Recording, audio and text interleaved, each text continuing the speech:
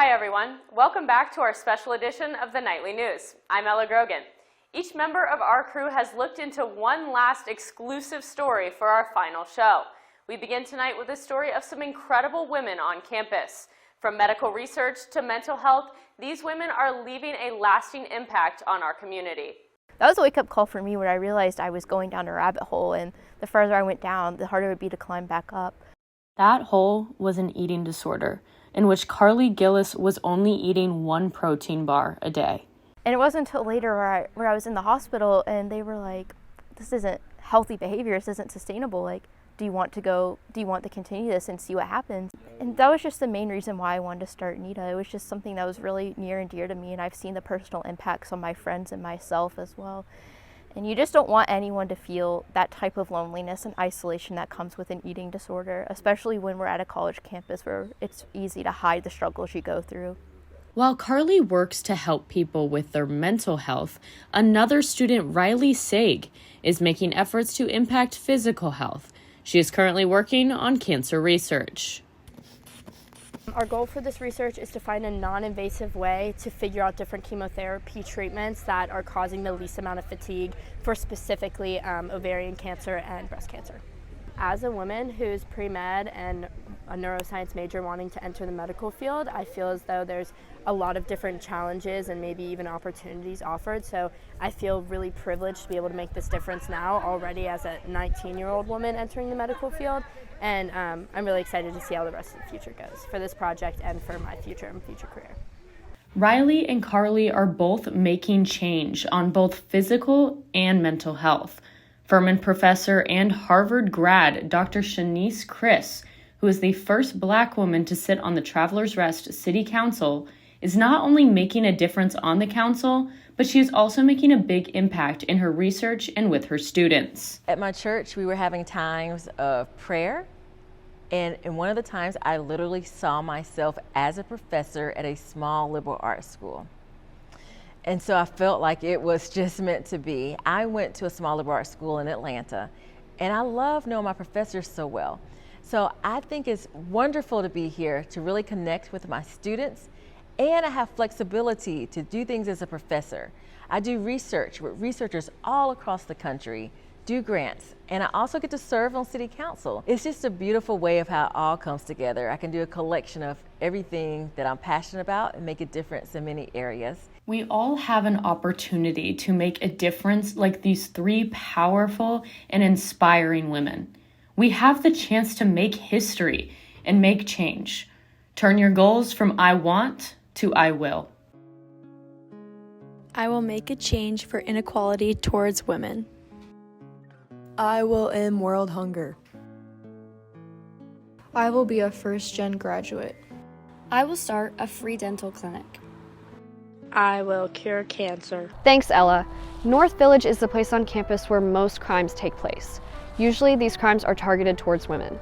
I talked to some of you about ways that you keep yourself safe and ways that people don't even realize. Whenever I go on errands, specifically to the gas station, I get nervous, so I always am on the phone with somebody. It's usually my mom, just so she knows where I am and that I have somebody I'm speaking to. So if something were to happen, somebody knows where I am and knows that something went wrong. To keep myself safe when I go to a store at night or something like that, I always park near a source of light, like a lamp post or the side of a store. Every time I get in my car, that's the first thing I do. I lock my doors just to be safe. And I always check the back seat too, because there's been a lot of reports, especially from where I'm from. I'm from Atlanta. Over the summer, there were lots of reports of women being targeted because they're by themselves and having markings on their car, like white chalk marks, or having a zip tie on their door. So that's something I always check. If there's a group of people that are walking in front of me, I will kind of try to stay close to them, just so I'll have, I'll be near other people and not walking alone. And if anyone is trying to follow me, hopefully it'll seem like I'm with them, even though I'm really not. According to the CDC, over half of women have experienced sexual violence involving physical contact in their lifetime. These are not just numbers. We all have stories.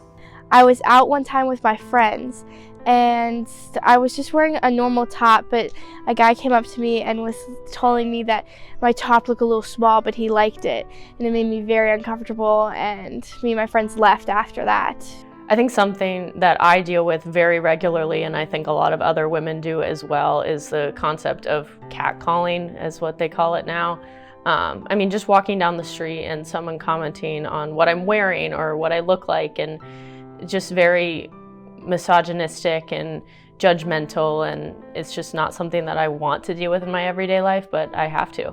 When I was 17, I was coming back from a day of canvassing for my internship, and I parked downtown like it was not a secluded spot, and I tend to think that I live in a really safe small town, and a much older man approached me and started to kind of hit on me and make comments about me and ask what I was doing, and it made me so uncomfortable because I just started doing things on my own, and to feel like I wasn't safe or protected just being on my own was really hard. When I'm at home with my sister, I always try to take note of what she's wearing before she goes out so that if anything does happen, I can have that in mind and let people know in case we need to look for her.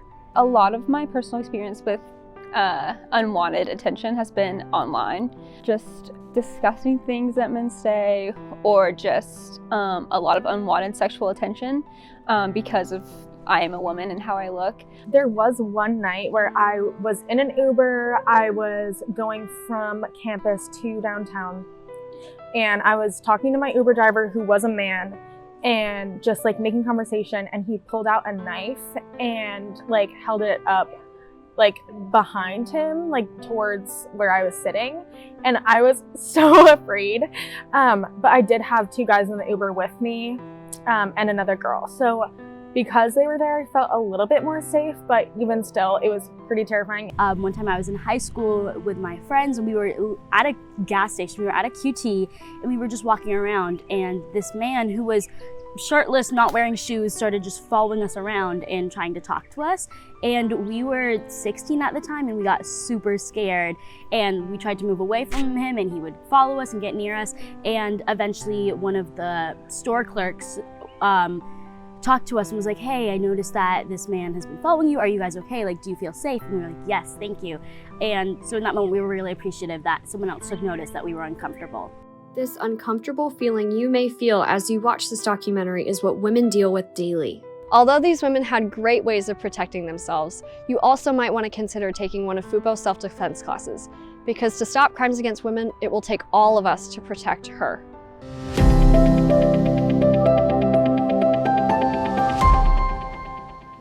We have to decide on how we're going to get to class. The Shy Center tasked me with a transportation experiment. Here I have 4 students who are going to make their way from North Village to Joseph Vaughn Plaza 4 different ways. 1 by car, 1 by trolley, 1 by bike, and 1 on foot.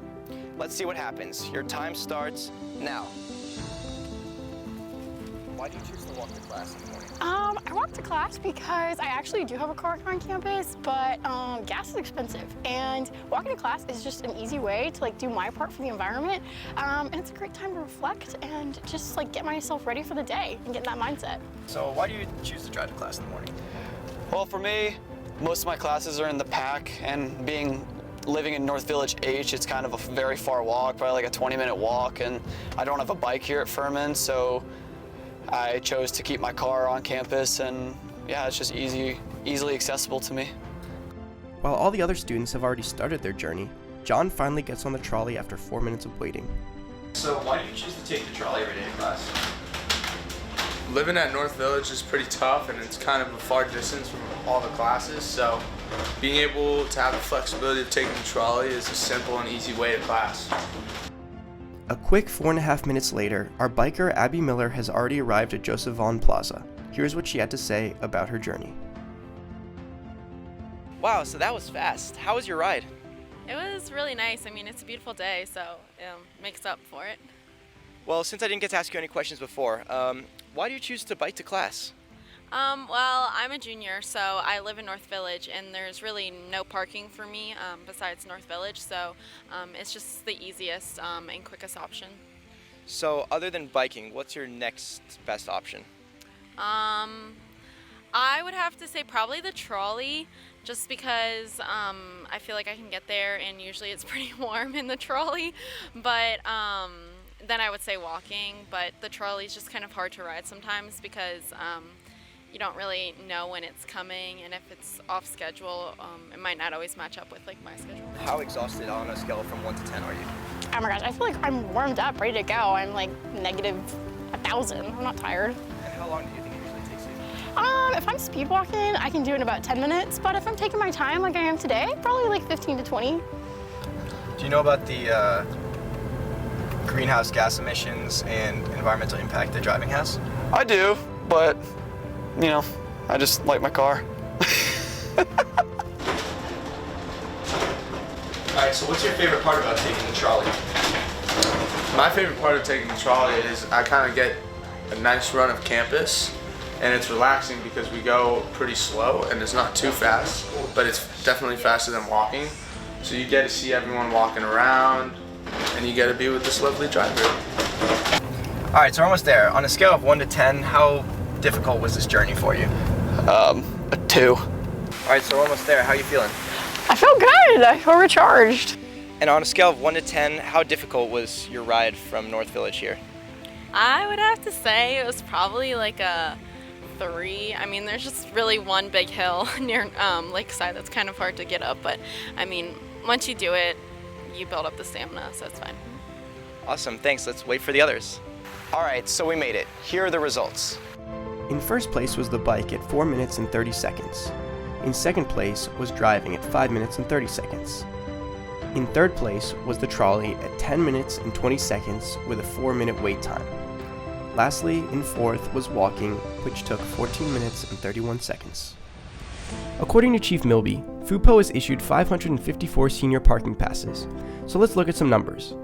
Based on just 3/4 of those students, I calculated that each student drives about 2 miles a day, which is the distance between the library and back. They burn about 882 grams of CO2 per day. If 3/4 of the seniors drive 5 days a week each week of the semester, we get about 30 tons of CO2 emissions per semester, at a minimum. To put this in perspective, it takes about 1,000 trees to remove 30 tons of CO2 from the air in a year. I spoke to Brendan Anderson from the Environmental Science Department to give me a better idea of what these numbers really mean. The problem of environmental overshoot is very real. One component of that is climate change. One component of climate change is driving. So reducing the amount of driving you do is really pretty critical, but it'd be better if we didn't drive at all.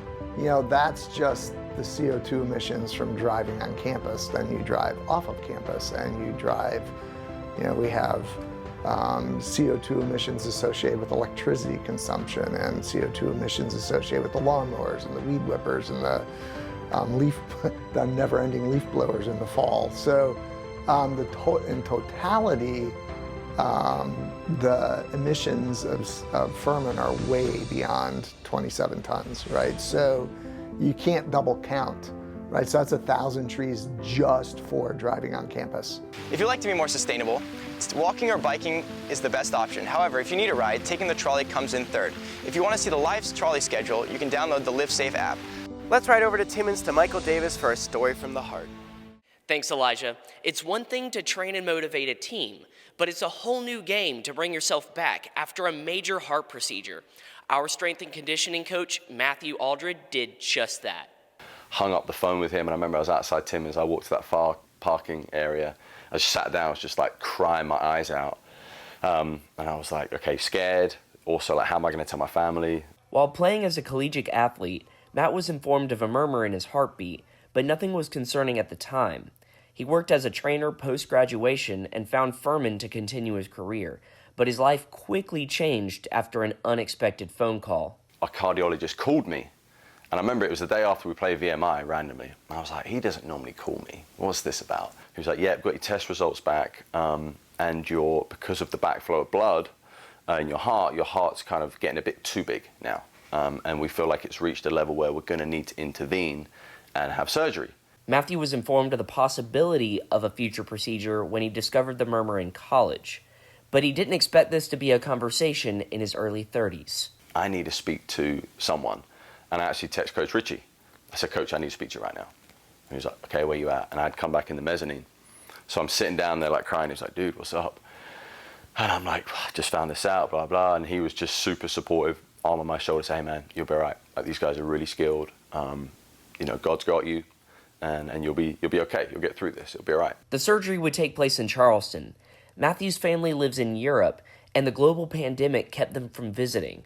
His biggest supporter became his girlfriend, Maria. You know, and I wake up and we go through the recovery process in ICU for a couple of nights and then into the step-down unit. The nurses were just phenomenal with their care. And Maria was, I don't know how much she slept those first few nights. I mean, she was just kind of there and looking after me, and, you know, just was amazing. And I knew at that point that I was going to try and marry her because she was just my angel. And yeah, it's crazy to think back on it, how impactful she was, because I don't know if I could have done it by myself. Yeah. You know, it was 2020 and, you know, my family weren't allowed to come out and visit because of COVID. So they had to wait for the call from the surgeon just to kind of hear about how it went. So I can't imagine the pain they had. They're 5 hours ahead.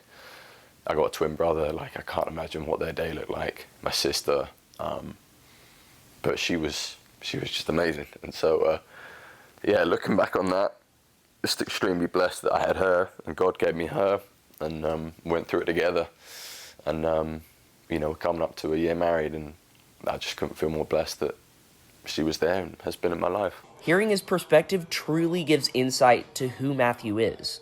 He is a selfless individual. Of course he was scared of the surgery. Who wouldn't? But he was so concerned about the stress his family and partner experienced. Moving forward, Matthew faced a long recovery process that he decided to document on social media. The recovery process was crazy, to be honest. It was his first time in my life, I think, that I hadn't been physically active for, let's say, you know, 4 weeks. So it's the first time I was like, I literally, like, main exercise I've got is breathing through this apparatus, which I've still got at home and I had on my desk for a while. But it's just like trying to get your lung function back, trying to maximize that. And I was like, okay, well, this is my daily goal. This is what I've got to focus on. And yeah, the recovery was, I did take it, I wanted to share it, because as much as I felt like I was encouraging, I was being encouraged.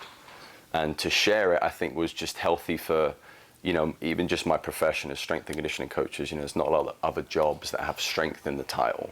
And so we are supposed to be strong 24/7, which I think is helpful for the young men and women that we serve. But also I think there's got to be a realistic aspect of, like, hey, we're human as well.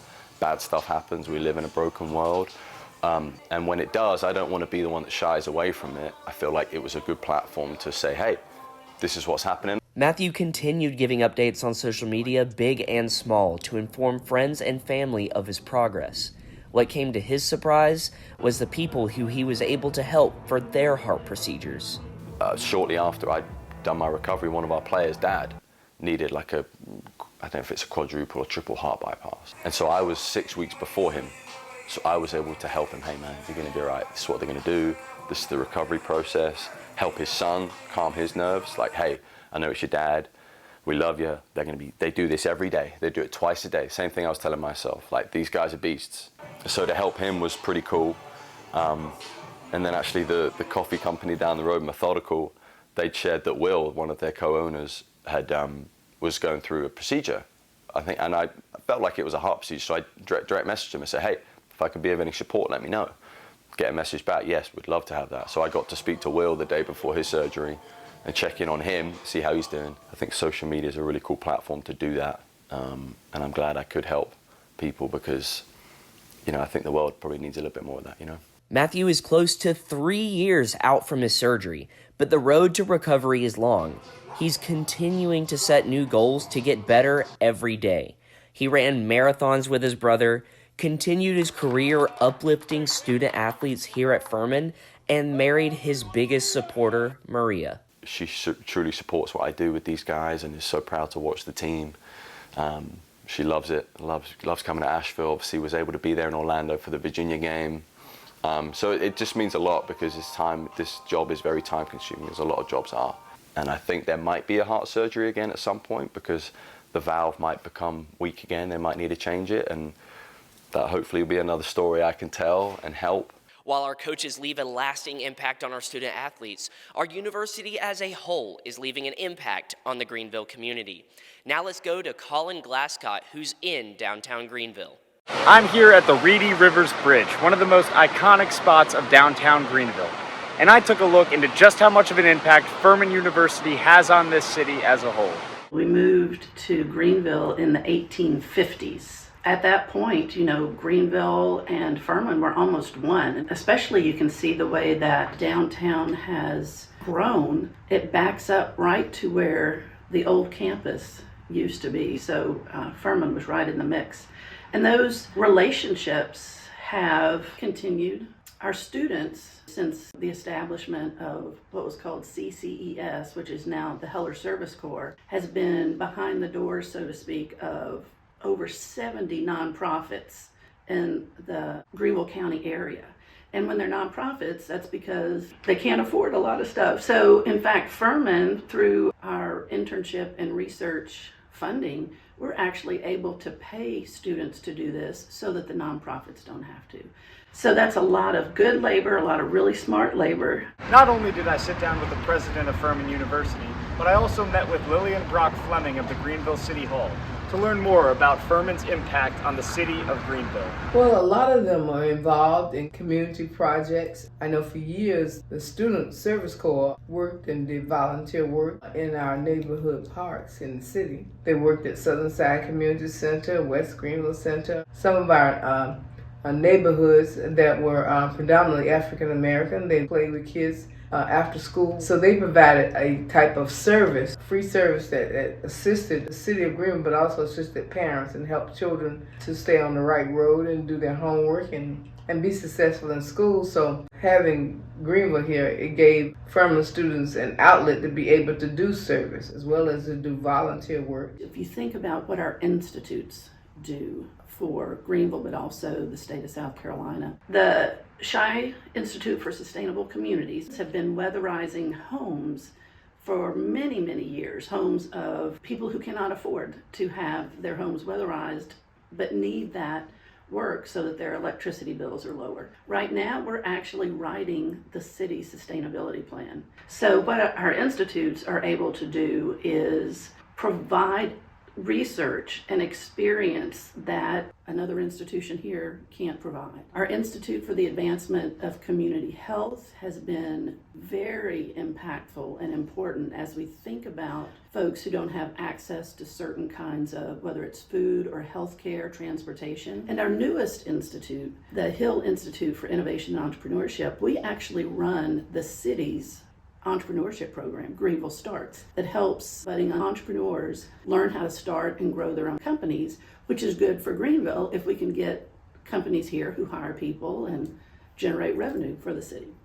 I did some digging and found an article on Furman's economic impact on the city of Greenville. Furman employs 1,125 people and supports another 857 jobs in Greenville County. We bring in over 22,000 visitors to the area per year, which adds another $2 million to the Greenville County economy. Furman is here, we're stable, and Greenville knows we're going to be here. As President Davis stated, Furman's impact on the city of Greenville has only just begun. Back to you, Ella.